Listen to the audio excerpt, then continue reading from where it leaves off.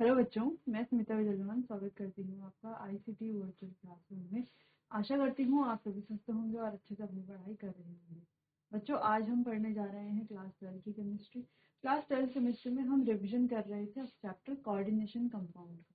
ठीक है, तो लिगेंड्स हमने देख लिए थे, सेंट्रल मेटल एटम क्या होता है, एडिशन कंपाउंड्स क्या होते हैं, डबल सॉल्ट क्या होते हैं, कोऑर्डिनेशन कंपाउंड्स क्या होते हैं। तो इतना तो हमने देख लिया था। फिर हम बात कर रहे थे कि कोऑर्डिनेशन नंबर कैसे फाइंड करेंगे, इफेक्टिव एटॉमिक नंबर कैसे फाइंड करेंगे, ऑक्सीडेशन नंबर कैसे फाइंड करेंगे। तो ये भी हमने देख लिया था, इसका रिवीजन भी हो गया था। तो अब हम रिवाइज करेंगे कि नोमेनक्लेचर कैसे कैसे जो है हम कोऑर्डिनेशन कंपाउंड का नाम लिखेंगे और फिर आगे के टॉपिक्स को भी डिस्कस करेंगे। चलिए,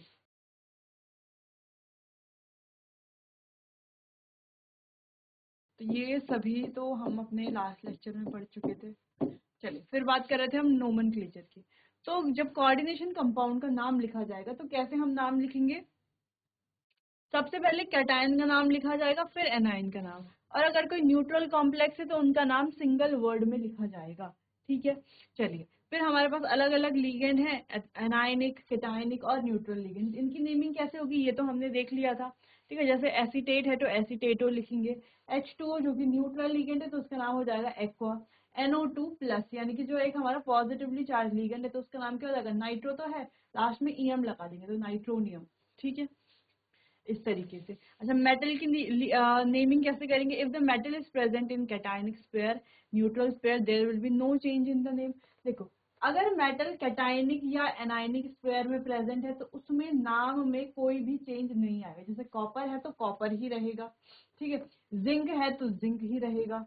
ठीक, लेकिन अगर मेटल एनायनिक स्पेयर में है तो नाम मेटल के नाम में चेंज आ जाएगा। उसके जो लास्ट में लग जाएगा 8, सफिक्स यूज करेंगे हम 8।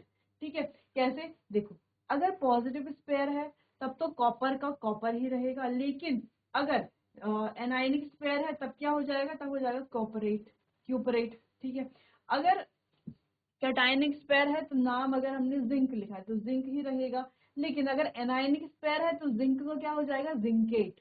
ठीक है, इस तरीके से। जैसे आप देखो, जिंक का जिंकेट, आयरन का फेरेट, पीबी का प्लम्बेट, एयू का ऑरेट, एजी का अर्जेंटेट। अच्छा, ये जो गोल्ड है, सिल्वर है, इनका जो लैटिन या ग्रीक नेम है वो यहाँ पर दिया हुआ है। ठीक है, उसके एंड में हम 8 लगा देंगे। जैसे एसएन स्टेनेट, सीओ कोबाल्ट है जैसे तो कोबाल्ट 8।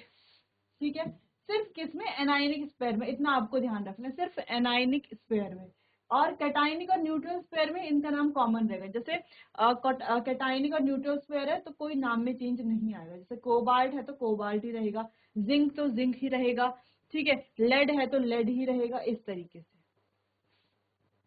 फिर कॉम्प्लेक्स की नेमिंग कैसे करेंगे? सबसे पहले name of the ligand is written first, then the name of metal is written. सबसे पहले लीगेंड का नाम लिखा जाएगा, फिर मेटल का नाम लिखा जाएगा। तो लीगेंड जैसे कि एमाइन है, ऑक्सलेट है, साइनो है, इस तरीके से।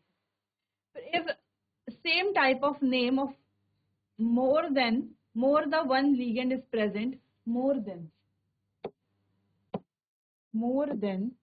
One ligand is present, then we use di, tri, tetra. जैसे अगर हम बात करें हेक्सामाइन, जैसे ये क्या है? NH3 कितने? 6 है तो हेक्सामाइन कर देंगे। साइनो कितने हैं? 4 है तो क्या करेंगे? टेट्रा साइनो कर लेंगे। ठीक है, इस तरीके से। लेकिन अगर नाम में भी, लीगेंड के नाम में पहले से डाई, ट्राई मौजूद है तो कैसे नाम लिखेंगे? जैसे मान लो यहाँ पर EN है और EN है यहाँ पर 2, और EN क्या होता है? इथिलीन, थाइलीन, डाई एमाइन। अब इसके नाम में तो पहले से डाई है और यहाँ पे 2 है तो क्या लिखेंगे? Di ethylene diamine. क्या इस तरीके से इसका नाम लिखा जाएगा? बिल्कुल भी नहीं, ऐसा हम नाम नहीं लिखेंगे। तो इसके लिए एक और रूल है। रूल क्या है? रूल आगे देखते हैं। तो ये रहा हमारा रूल। ठीक है, तो अगर नाम में ऑलरेडी डाई, ट्राई, टेट्रा इस प्रकार से कुछ है तो यहाँ पर यूज किया जाएगा बिस, ट्रिस, टेट्राकिस, पेंटाकिस, इस तरीके से। अगर 2 है तो बिस, 3 है तो ट्रिस। जैसे यहाँ पर अगर देखो, चलो, तो जैसे अगर हम बात करें इस तरीके से कुछ है, इसका नाम क्या होगा? इसका नाम होगा ट्रिस, इथिलीन डायमीन, डायमाइन, ठीक है, इथिलीन डाई, लेकिन स्टार्टिंग में क्या लगाया हमने, ट्रिस, ठीक है, क्योंकि कितने हैं, 3 है, ट्राई अब यहाँ पर नहीं लगाएंगे, क्या लगाएंगे, ट्रिस। क्लियर है इतना। चलिए फिर एक और रूल है हमारे पास कि जो ऑक्सीडेशन स्टेट होगी उसे हम इस तरीके से रोमन में लिखेंगे और ब्रैकेट्स में लिखेंगे, ठीक है, जो मेटल है उसके बाद उसका ऑक्सीडेशन स्टेट लिखा जाएगा। फिर जो कॉम्प्लेक्स का नेम है उसे हमें सिंगल वर्ड में लिखना है, बिना किसी स्पेस के, विदाउट एनी स्पेस, ना ही उसमें कोई कैपिटल लेटर यूज होगा while starting the name of the complex. जब हम कॉम्प्लेक्स का नेम स्टार्ट करेंगे तो हम कोई कैपिटल लेटर से नहीं करेंगे स्टार्ट, ठीक है, सारे ही स्मॉल लेटर से होंगे और उनके बीच में कोई भी स्पेस नहीं होगा, ठीक है। तो ये है हमारे रूल्स, इन रूल्स को फॉलो करके हम किसी भी कॉम्प्लेक्स का नाम, जैसे मान लो ये हमारे पास कॉम्प्लेक्स है, तो सबसे पहले हमें किसका नाम लिखना है, रूल जो हमने पढ़ा था सबसे पहले, रूल क्या था कि सबसे पहले हमें किसका नाम लिखना है, सबसे पहले हमें लिखना है लीगेंड का नाम, ठीक है, पहले लीगेंड ढूंढना है, लीगेंड कितना है, ये है, लीगेंड कितने हैं ये देख लेना है, फिर लिखना है हमें मेटल का नाम, ठीक है, फिर मेटल की ऑक्सीडेशन स्टेट लिखनी है, फिर लास्ट में हमें एनायन का नाम लिखना है ना, पहले कैटायनिक स्पेयर को लिखना है, फिर एनायनिक स्पेयर, ठीक है। अब कैटायनिक स्पेयर में हमें पता होना चाहिए लीगेंड कौन सा है, तो देखो इसका नाम कैसे लिखेंगे, लीगेंड क्या है, NH3 एमाइन, ठीक है, कितने हैं, 4 है, तो ये होगा टेट्रा एमाइन, टेट्रा एमाइन। अब ये क्या है, कॉपर, मेटल क्या है हमारा, कॉपर, ऑक्सीडेशन स्टेट कितनी है, सेकंड, और SO4 यानी कि सल्फेट, सल्फाइड में क्या लास्ट में क्या लग जाएगा, ए, ठीक है, क्लियर है इतना। तो इस तरीके से हम इसका नाम लिख लेंगे, किसी का भी हम नाम लिख सकते हैं, किसी भी स्पीसीज का नाम। देखो जैसे यहाँ पर कई सारे हमें दिए गए हैं, ठीक है, तो आप देख सकते हो इनके नाम हमने किस प्रकार से लिख लिए थे, ठीक है, एक बार आप देखिए इन्हें। चलो आगे बढ़ते हैं। तो इस तरीके से, अच्छा, एनायनिक कॉम्प्लेक्स भी थे। अब देखो इस तरह के कॉम्प्लेक्स, अब हम पहले नाम किसका लिखेंगे, तो पहले हम कैटायनिक स्पेयर का ही नाम लिखेंगे, तो पहले आ जाएगा पोटेशियम। फिर हम एनायनिक स्पेयर में पहले किसका नाम लिखेंगे, पहले लिखेंगे लीगेंड का नाम, कैटायनिक स्पेयर में, सॉरी एनायनिक स्पेयर में। लीगेंड क्या है हमारा, साइनो कितने हैं, हेक्सा 4 है, हेक्सा साइनो फेरेट, फेरेट क्यों, क्योंकि एनायनिक स्पेयर में ना, मेटल, मेटल जब एनायनिक स्पेयर में होगी तो उसका जो नाम है उसके आगे हम लगा लेंगे 8, ठीक है। तो जैसे अभी तक हमने क्वेश्चन देखे, जैसे ये वाला क्वेश्चन है, तो यहाँ पर ये जो निकल है, निकल किस में है, कैटायनिक स्पेयर में है ना, ये पॉजिटिव स्पेयर कैटायनिक स्पेयर में है, तो निकल को आप देखोगे हमने निकल ही लिखा है, ठीक है। लेकिन वहीं अगर ये निकल होता है एनायनिक स्पेयर में, इस तरीके से किसी स्पेयर में होता है, एनायनिक स्पेयर में होता, तो हम लिखते हैं निकलेट, ठीक है, क्लियर है, 8 लगा देते हैं यानी कि सिंपली नाम के लास्ट में, क्लियर है इतना।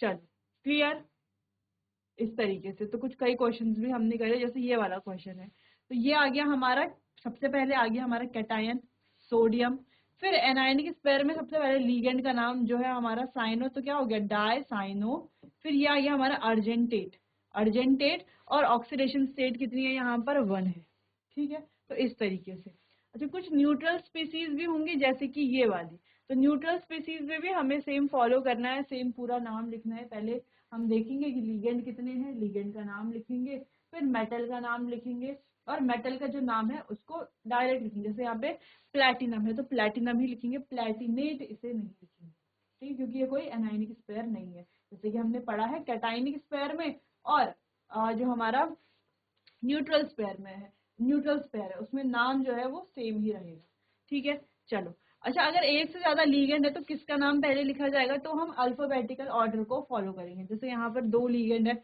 एक है एमाइन और एक है क्लोरिडो, ठीक है, तो हम कौन से लीगेंड का नाम पहले लिखेंगे, देखो ये भी 3 है, ये भी 3 है, ये पहले लिखा हुआ है इसका मतलब इसे पहले लिखेंगे ऐसा नहीं होगा, ठीक है।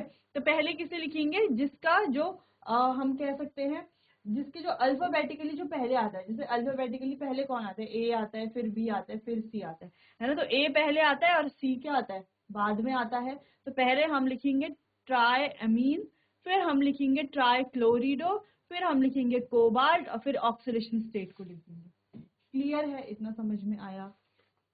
चलो तो ये तो इजी था, तो कुछ क्वेश्चंस यहाँ पर नेम लिखे हुए थे, नेम से हमें फॉर्मूला लिखना था, तो ये भी इजी था, ये भी हमने कर लिया था। चलो फिर हमने बात की थी वर्नर्स थ्योरी की। तो वर्नर्स थ्योरी क्या है? वर्नर जो हमारे अल्फ्रेड वर्नर है, उन्हें कहा जाता है फादर ऑफ कोऑर्डिनेशन केमिस्ट्री। तो ये एक स्विस केमिस्ट थे जिन्होंने थ्योरी दी थी फॉर्मेशन ऑफ, एक्सप्लेन किया था थ्योरी में फॉर्मेशन ऑफ कॉम्प्लेक्स कंपाउंड, जो हमारे कोऑर्डिनेशन कंपाउंड है उनको ही।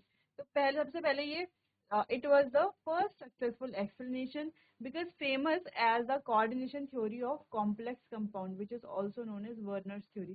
तो इसे coordination theory of complex compound भी कहा जाता है या Werner's theory भी कहा जाता है। अब इस थ्योरी में है क्या कि पोस्टुलेट्स की अगर हम बात करें तो यहाँ पर कहा गया है कि जो सेंट्रल मेटल आयन है in a coordination compound exhibit two types of valency, secondary valency और प्राइमरी वैलेंसी। ठीक है, तो जो हमारा कोऑर्डिनेशन स्पेयर है, कोऑर्डिनेशन कंपाउंड है, वो दो तरह की वैलेंसीज को एग्जिबिट करता है, प्राइमरी और सेकेंडरी। प्राइमरी वैलेंसीज होती हैं ionizable, clear, and correspond to the number of charges on a complex ion.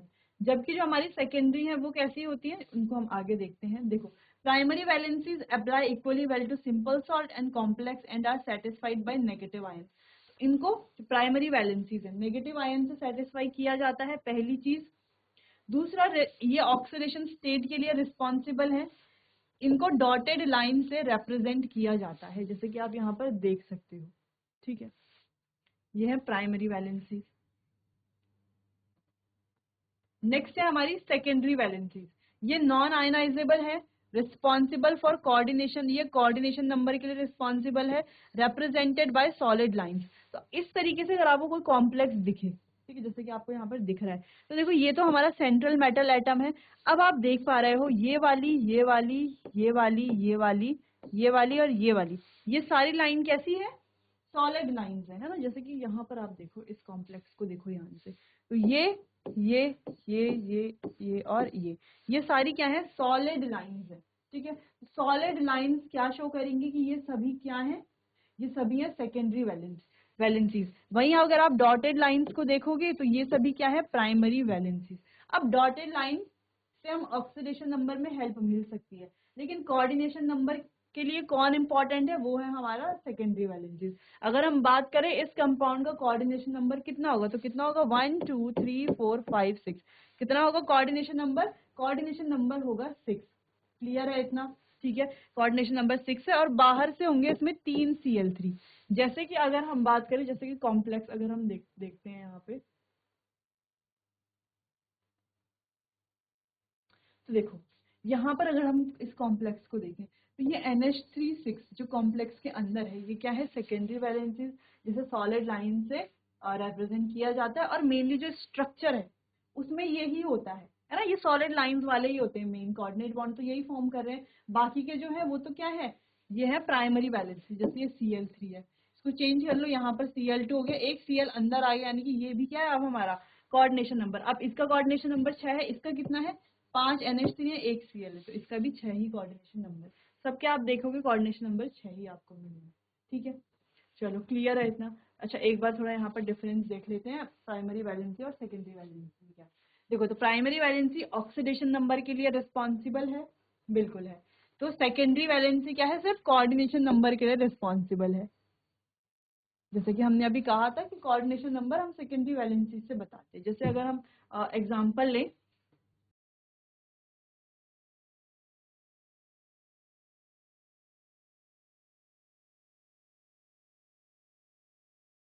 तो आप देखो ये NH3 क्या है हमारा, जो कोऑर्डिनेशन नंबर के लिए रिस्पॉन्सिबल है, तो ये है हमारी सेकेंडरी वैलेंसी और ये क्या है? हमारी प्राइमरी वैलेंसी। ठीक, ऐसे समझ सकते हैं हम, समझने के लिए। तो ये जो प्राइमरी वैलेंसीज होती हैं बच्चों, ये आयनाइजेबल होती हैं और इसे हम कहेंगे आयनाइजेशन स्पेयर। जबकि जो हमारी सेकेंडरी वैलेंसीज होती हैं, ये कैसी होती है? Non ionizable. कैसी होती है? नॉन आयनाइजेबल ये होती हैं। और कहाँ पर है? कोऑर्डिनेशन स्पेयर में, जो हम देख भी पा रहे हैं कोऑर्डिनेशन स्पेयर में ये है, और नॉन आयनाइजेबल भी है, देखने से हमें पता चल पा रहा है। तो ये काफी सारी चीजें हम जो पढ़ रहे हैं वो अगर हम स्ट्रक्चर को देखते देखते पढ़ेंगे तो हमें ज्यादा अच्छे से समझ में आएगी। ठीक है, तो ये होते हैं नेगेटिवली चार्ज लिगेंड्स, सेटिस्फाई इनको सेटिस्फाई किया जाता है नेगेटिवली चार्ज लिगेंड से, जबकि इन्हें सेटिस्फाई किया जाता है किसी भी चार्ज या न्यूट्रल लिगेंड से।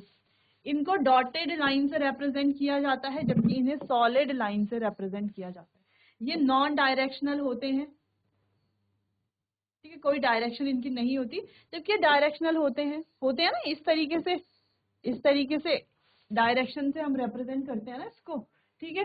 They do not contribute in structure. अच्छा, इनका स्ट्रक्चर में या ज्योमेट्री में कोई कॉन्ट्रीब्यूशन है ही नहीं, स्ट्रक्चर में तो कोई कॉन्ट्रीब्यूशन नहीं है, जबकि ये ज्योमेट्री के लिए, किसी भी कॉम्प्लेक्स की स्ट्रक्चर के लिए ये क्या है, रिस्पॉन्सिबल है। स्ट्रक्चर के लिए हमारा जो सेकेंडरी वैलेंसीज है ये रिस्पॉन्सिबल होती है, और जो प्राइमरी वैलेंसीज है वो रिस्पॉन्सिबल नहीं होती। जो हम स्ट्रक्चर बनाएंगे तो स्ट्रक्चर में तो अंदर वाला ही लिखेंगे जो कोऑर्डिनेशन स्पेयर में, जो आयनाइजेशन स्पेयर में उसे हम नहीं लिखेंगे।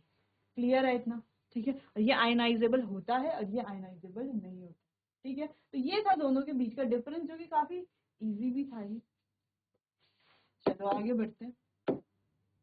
फिर हमने बात की थी वैलेंस बॉन्ड थ्योरी की, ठीक है, कि वैलेंस बॉन्ड थ्योरी वीबीटी जिसको हम कहते हैं वो क्या है। वीबीटी दी थी लिनियस पॉलिंग में 1931 में। तो ये क्या बताता है, ये थ्योरी क्या बताती, क्या एक्सप्लेन हमें करती, इसको थोड़ा सा समझते हैं। तो valence bond theory satisfactorily explain the structure and magnetic property of a large number of coordination compound। तो ये क्या करती है, एक्सप्लेन करती है स्ट्रक्चर को और मैग्नेटिक प्रॉपर्टी को, जो large number of coordination compound, यानी किसी भी कोऑर्डिनेशन कंपाउंड की स्ट्रक्चर और मैग्नेटिक प्रॉपर्टी को ये एक्सप्लेन करती है, ठीक है। इसके सैलेंट फीचर्स देखते हैं। Central metal atom ion has the required number of vacant orbitals for accommodating the electron donated by the ligand. The number of vacant orbital is equal to the coordination number of the metal ion for a particular complex। देखो होता क्या है, the central metal atom ion has the required number of vacant orbitals। तो central metal atom के पास उतने ही vacant orbital होते हैं for accommodating the electron donated by ligand, जितने ligand जो है इलेक्ट्रॉन डोनेट करेगा, ठीक है। जो नंबर ऑफ वेकेंट ऑर्बिटल्स, तो जो वेकेंट ऑर्बिटल है वो इक्वल होंगे कोऑर्डिनेशन नंबर के बराबर। मान लो कोई हमारा कॉम्प्लेक्स है, उसको कोऑर्डिनेशन नंबर है 6, तो वेकेंट ऑर्बिटल कितने होंगे 6। कोऑर्डिनेशन नंबर है 4, तो वेकेंट ऑर्बिटल कितने होंगे 4 होंगे, ठीक है। इतना ध्यान रखना है। किसी पर्टिकुलर वेकेंट ऑर्बिट जैसे SPDF है हमारे, तो ये वेकेंट होंगे, ठीक है। तो हम लिख सकते हैं number of vacant orbitals is equals to coordination number. Coordination number mainly हम 4 और 6 वाले ही पढ़ते हैं ना, वैसे तो काफी सारे हैं हमारे पास, लेकिन 4 और 6 वाले। 4 का मतलब है 4 वेकेंट ऑर्बिटल, 6 का मतलब है 6 वेकेंट ऑर्बिटल, ठीक है। कोऑर्डिनेशन नंबर की बात कर रहे हैं हम। और फीचर है this vacant orbital goes hybridization to form same number of hybrid orbits. अब ये जो वेकेंट ऑर्बिटल्स हैं ये क्या करते हैं, ये हाइब्रिडाइजेशन करते हैं, हाइब्रिडाइजेशन के लिए जाते हैं और same number of hybrid orbitals बनाते हैं। जैसे कोऑर्डिनेशन नंबर 4 है तो 4 हाइब्रिड ऑर्बिटल्स बनाएंगे, कोऑर्डिनेशन नंबर 6 है तो 6 हाइब्रिड ऑर्बिटल्स बनाएंगे। Each ligand had at least one orbital containing lone pair of electrons। तो हर लीगेंड के पास एक ऑर्बिटल होगा जिसमें होंगे लोन पेयर, जिससे कोऑर्डिनेट बॉन्ड बनेगा, ठीक है। Vacant hybrid orbital filled with ligand to form coordination bond. तो जो वेकेंट हाइब्रिड ऑर्बिटल है उन्हें लीगेंड से फिल किया जाएगा ताकि क्या बनाए, कोऑर्डिनेट बॉन्ड बनाए, है ना। लीगेंड के पास देखो, लीगेंड के पास है इलेक्ट्रॉन जो वेकेंट ऑर्बिटल्स को देंगे और कोऑर्डिनेट बॉन्ड बनाएंगे, ठीक है। Coordinate bond is stronger if the overlapping between the orbitals is greater. और ऑर्बिटल्स के बीच की ओवरलैपिंग अगर ज्यादा है तो बॉन्ड भी स्ट्रॉन्गर बनेगा, ठीक है। तो ये तो हमने पढ़ लिए थे, ठीक है, जैसे कि आप देख भी पा रहे हो। तो कुछ क्वेश्चंस इसके देखते हैं।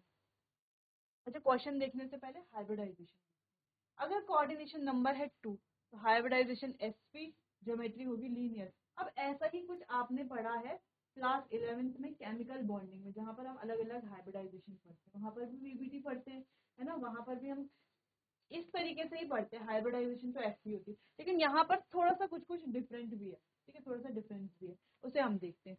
अगर 3 है कोऑर्डिनेशन नंबर तो हाइब्रिडाइजेशन हो गया sp2, और जो ज्योमेट्री है वो है ट्राइगोनल प्लेनर। लेकिन अब इम्पोर्टेंट आ जाता है कोऑर्डिनेशन नंबर 4 में।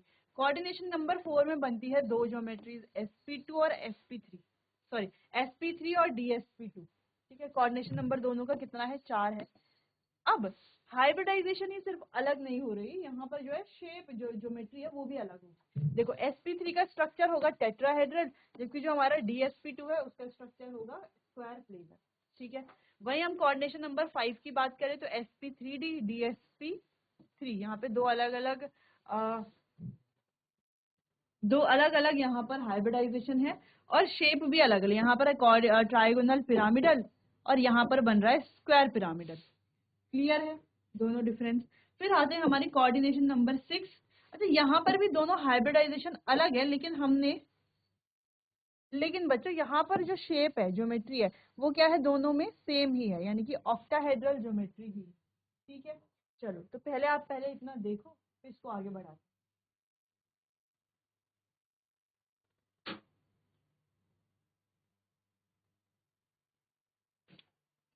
चलिए,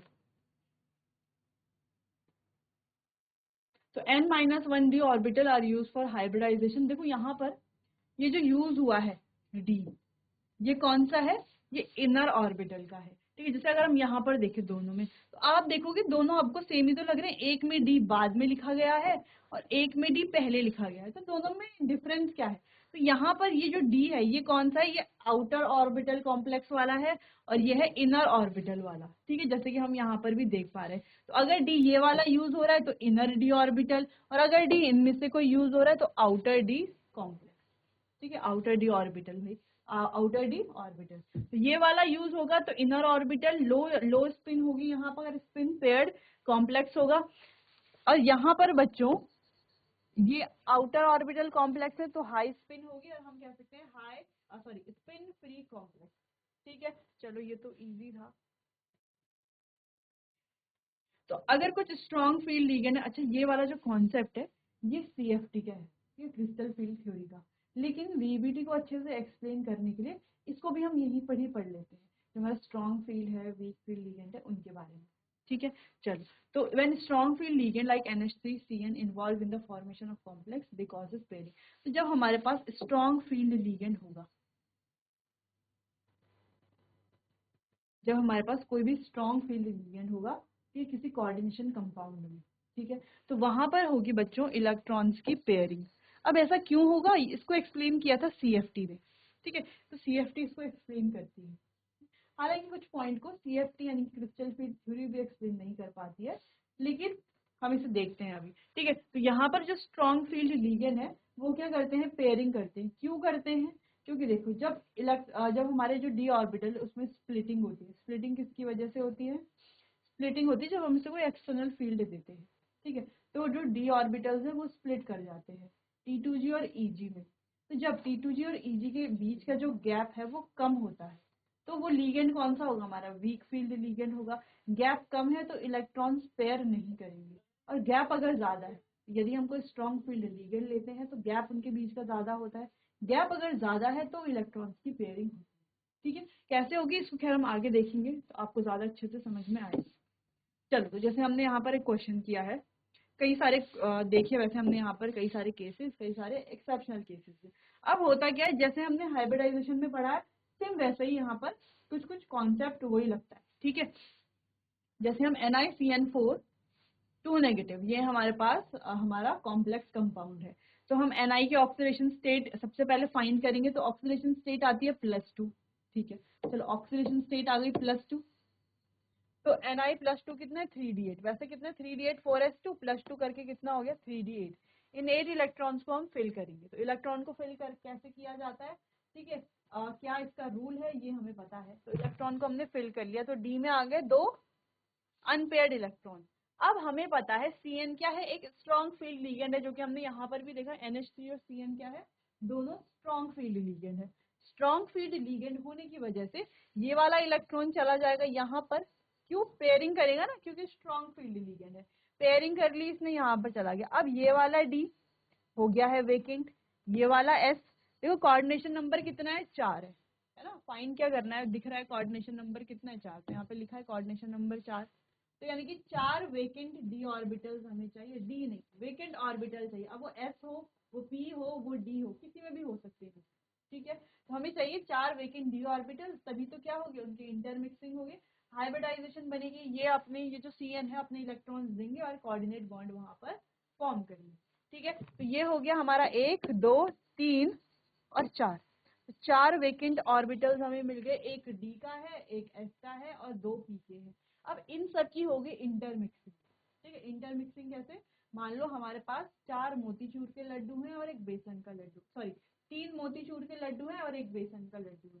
ठीक है, तो 3 अलग हो गए, एक अलग हो गया, इस तरीके से। ठीक है, हम क्या करेंगे, इन चारों लड्डुओं को मिक्स कर देंगे, सारे लड्डुओं को तोड़ के मिक्स कर देंगे, फिर इनके वापस इनको गोल शेप देंगे। ठीक है, तो अब जो है वो जो लड्डू है वो मिक्स बन गए हैं, उनकी इंटरमिक्सिंग हो गई है। अब हम ये नहीं कह सकते कि हमारे पास मोतीचूर का लड्डू है या हमारे पास बेसन का लड्डू है, दोनों लड्डू क्या हो चुके हैं, मिक्स, यानी कि दोनों तीनों जो चारों लड्डू हैं उनमें क्या है, बराबर प्रॉपर्टीज है। तो वैसे ही जब इन ऑर्बिटल्स की इंटरमिक्सिंग होती है तो हम ये नहीं कहेंगे कि ये S है, ये P है, ठीक है, ये दूसरा P है, ये D है, ऐसा ये नहीं होगा। ठीक है, अब हम क्या कहेंगे कि ये भी DsP2 है, ये भी DsP2 है, ये भी DsP2 है और ये भी 2 है, यानी कि सब में सब की प्रॉपर्टीज है। क्लियर है, सब में क्या है, सबकी प्रॉपर्टीज है। तो इंटरमिक्सिंग होकर के यहाँ पर हाइब्रिडाइजेशन आ जाती है DsP2। अब DsP2 हाइब्रिडाइजेशन 2 3 4 यानी कोऑर्डिनेशन नंबर 4। अगर हम इसकी ज्योमेट्री की बात करें तो ज्योमेट्री क्या बनती है, यहाँ पर ज्योमेट्री बनती है स्क्वायर प्लेनर। ठीक है, क्योंकि कोऑर्डिनेशन नंबर 4 है तो 2 पॉसिबल केसेस बनेंगे, एक होगा टेट्राहेड्रल और एक होगा स्क्वायर प्लेनर। तो टेट्राहेड्रल तो नहीं दिख रहा, टेट्राहेड्रल तो तब होता एक S और 3 P यूज होते, लेकिन यहाँ पर DsP2 यूज हो रहा है, मतलब DsP2 हाइब्रिडाइजेशन बन रही है, तो यहाँ पर आएगा स्क्वायर प्लेनर। ठीक है, अगर हम इसके मैग्नेटिक नेचर की बात करें तो यहाँ पर देखो एक भी इलेक्ट्रॉन पेयर्ड, मतलब सारे इलेक्ट्रॉन पेयर्ड है, एक भी अनपेयर्ड नहीं है। तो इस वजह से यहाँ पर हाइब्रिडाइजेशन क्या यहाँ पर जो मैग्नेटिक नेचर है वो क्या होगा, डायमैग्नेटिक। अगर अनपेयर्ड होता तो होता ये पैरामैग्नेटिक। क्लियर है, चलो इसको आप नोट कीजिए।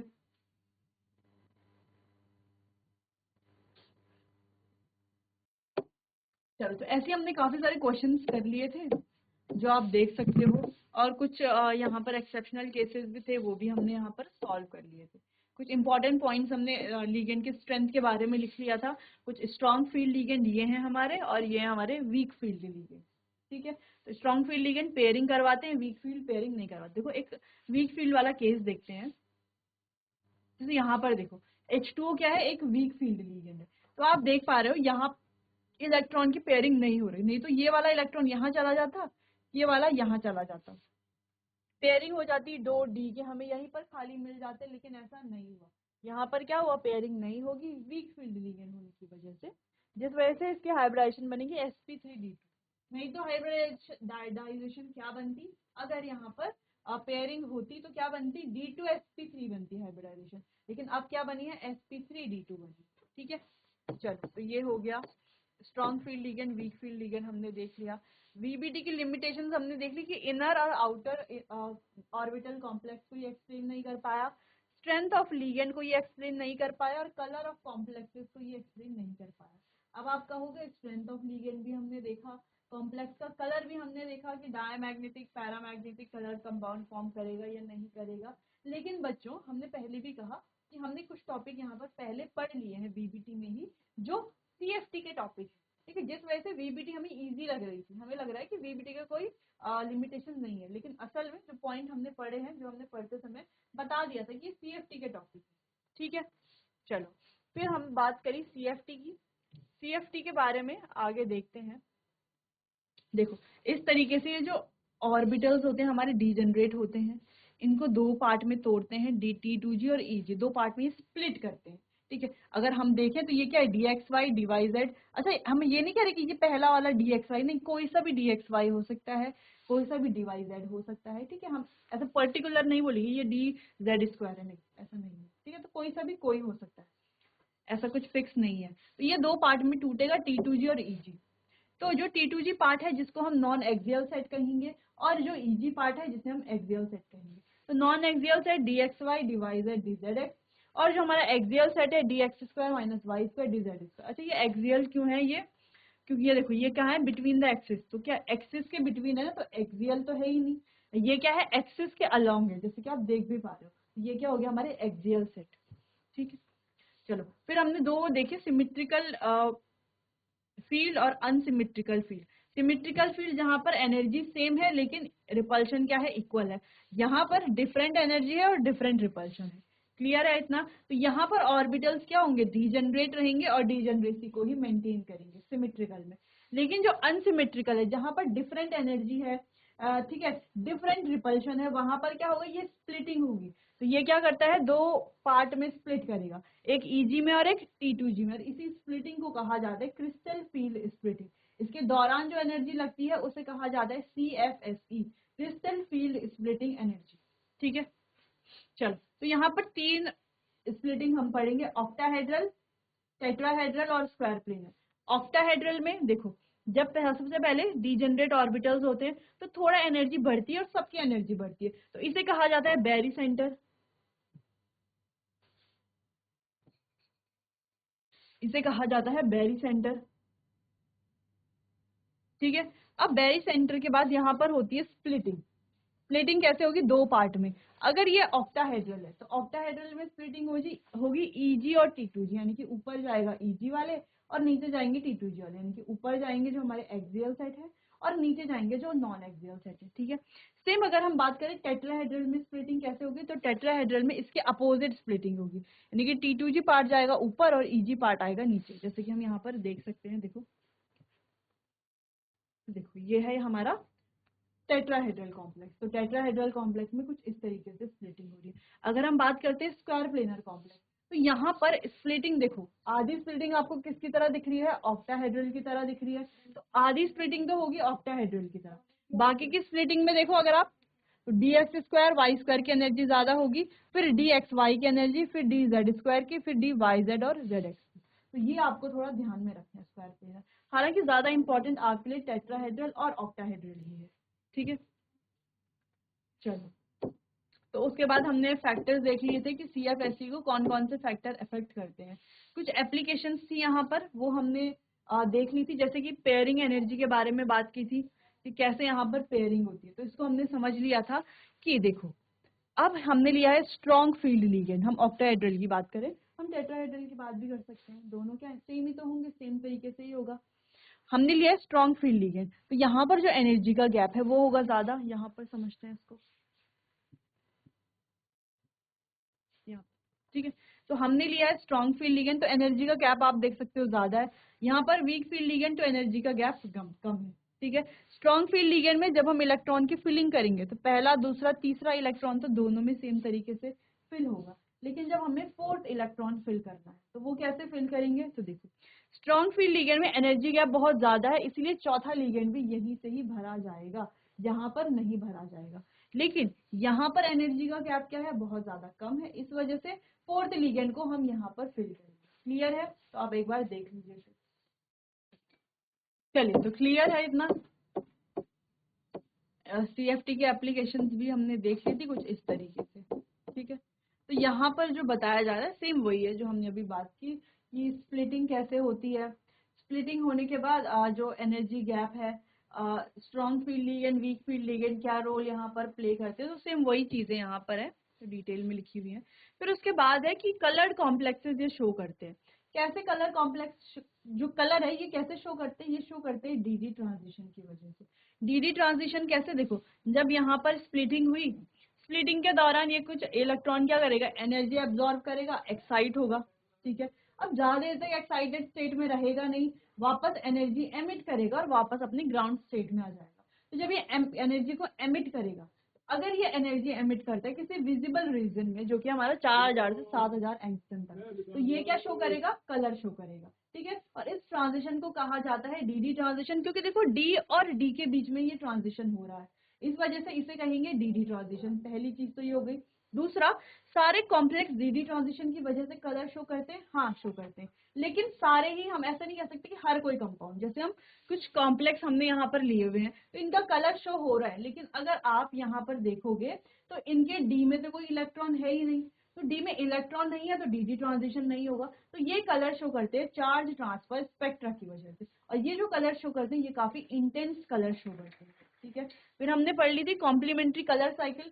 कॉम्प्लीमेंट्री कलर साइकिल से एक अंदाजा हमें हो जाता है कि कौन सा कलर एब्जॉर्ब हुआ है और कौन सा कलर एमिट करेगा। मान लो ऑरेंज कलर ये एब्जॉर्ब करता है तो ब्लू कलर ये एमिट करेगा। मान लो वॉयलेट कलर ये एब्जॉर्ब करता है तो येलो कलर ये एमिट करेगा।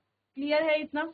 चलिए, तो यहां तक भी हो गया था। फिर हमने आइसोमेरिज्म अपने लास्ट लेक्चर में कवर कर लिए थे सारे, कि आइसोमेरिज्म क्या है।